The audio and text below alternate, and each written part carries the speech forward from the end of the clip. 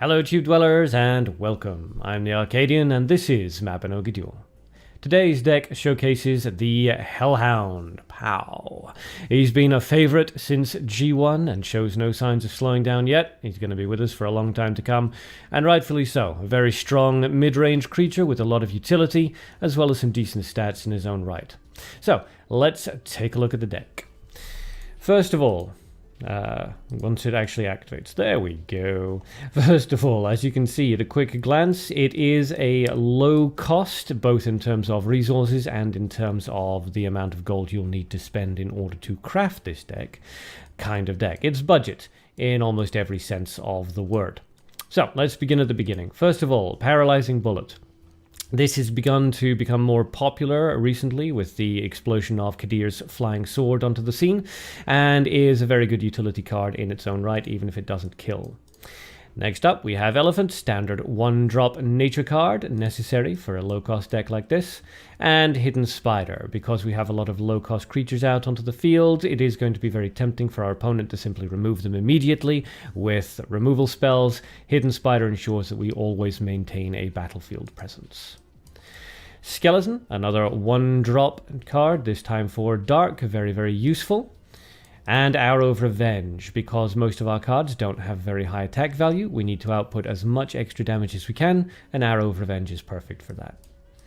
Next is Heavy Offering, and this is to deal with the turn 1's elves and elephants, that kind of thing, and can also be extremely useful for whittling down your opponent's side of the battlefield in later levels. Oops, interesting heart. Got a little pop-up of it. Next up is Goblin Shredder, also very useful for dealing with elves and elephants. If you have enough gold when they're played, you put down the Goblin Shredder, instant kill onto those cards, and you maintain a battlefield presence because the Goblin Shredder hangs around. Very, very handy for dealing with those nature cards. Next is Fiery Zealot, the CGC reskin of the Goblin Bomb Squad, an excellent defensive unit, and also got pretty good attack value in its own right. Next up we have Hunt, 2-cost removal spell. You've always got to have those in there, and Hunt is one of the best. And then the Golden Garden Eagle. Very, very powerful card, especially if your gold value is high enough. For those of you who don't know, despite what it says in the description, it doesn't double gold if it's 4 or more. What happens is if your gold is 4, 5, or 6 or more, it will deal double damage. So at level 1, it would deal 8 damage instead of 4.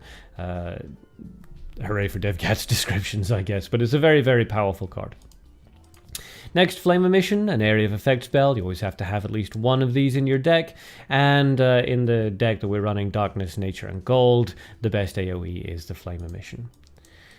And finally, Hellhound, the card around which the entire deck is built. Also a bit of an AoE card in his own right. Good stats, good ability, and a decent cost. Just a very solid all-around card. Excellent for either weakening your opponent's creatures so that your little chip damage guys can finish them off, or finishing them off after your chip damage creatures have been wailing on them for a little bit, allowing you to deal some surprise damage directly to your opponent's HP.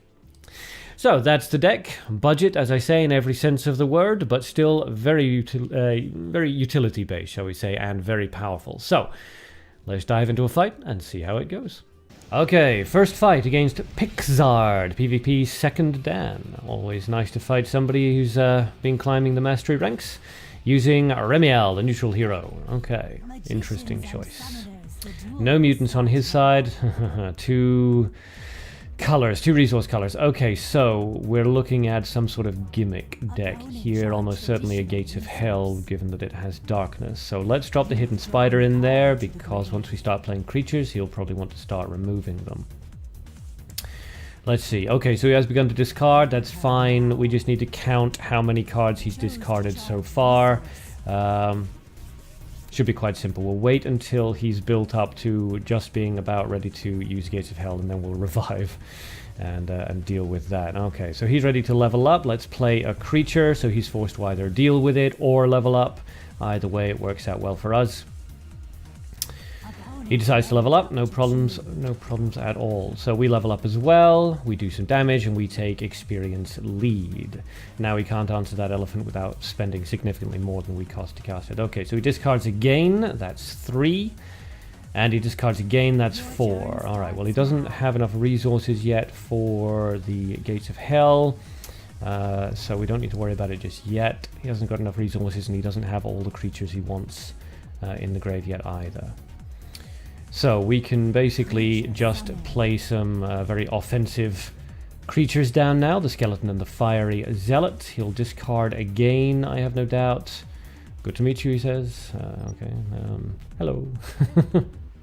I think he thinks he's about to Gates of Hell. They almost never do on level 2 though, so we don't need to worry too much about it.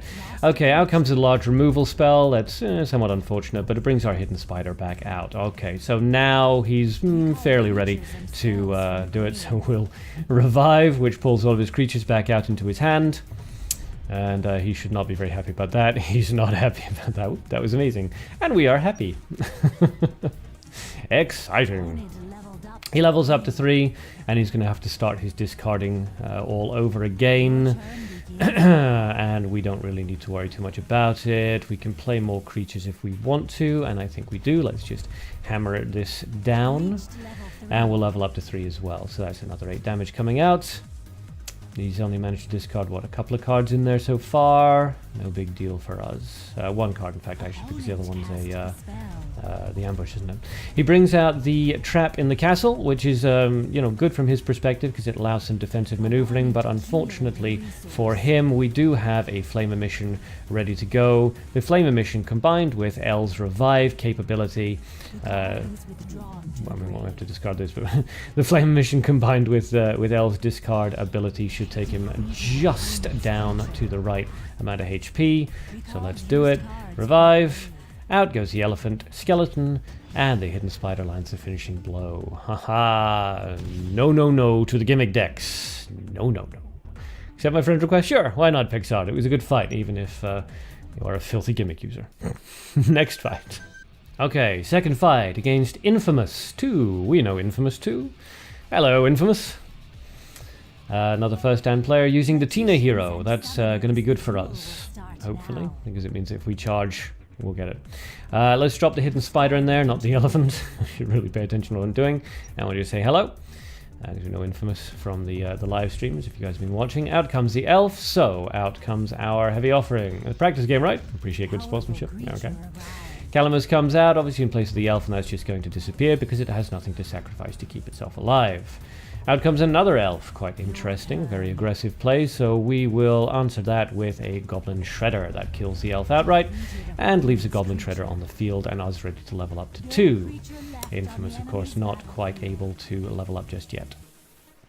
So he drops down a skeleton, alright. We can answer that with a Golden Garden Eagle, and I think we will, there we go. Golden Garden Eagle comes out, kills the skeleton, and moves to where it was. So that gives us a very strong level 1 presence. Infamous levels up, nothing else that he can really do, and we get a solid 8 damage on there and a good amount of XP boost. So both of our creatures are fairly low HP though, so could be removed quite easily. Let's see. Infamous certainly has enough mana, resources I should say. Out comes the Holy Missile, takes care of the Eagle, and that summons our Hidden Spider. Now we can remove the Hidden Spider and that won't resummon it because we don't have enough nature resources. He chooses not to, instead revives, which is quite interesting.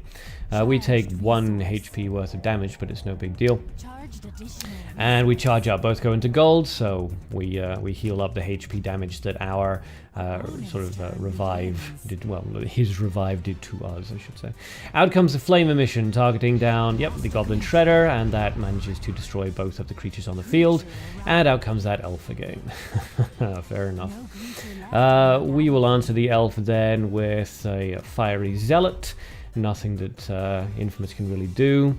And we can probably finish this fairly quickly. If we can get up to level 3, then without him doing so, then we can hit him twice with the arrow, but it's very unlikely. He's probably going to level up to 3 now. Out comes Magician Masked Field. That's unpleasant, but with the HP difference that we have, all we have to do now is keep cycling that arrow of revenge and we should be okay. But we ideally don't really want that kind of damage coming out. We're going to level up there.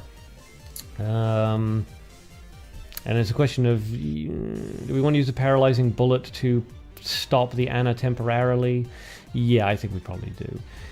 We're not too worried about the damage, but I am slightly concerned that he's got something up his sleeve. So let's just kill that Ana, and that way there's only 2 damage coming out onto the field onto us, and that gives us a lot of time to get that Arrow of Revenge off, cycled through. It's going to take 3 arrows of revenge if we want to kill him that way, but we have more than enough resources for it. Down goes the Fiery Zealot, kills the Elf, and the Magician Masterfield gets a couple of damage off on us, no big deal.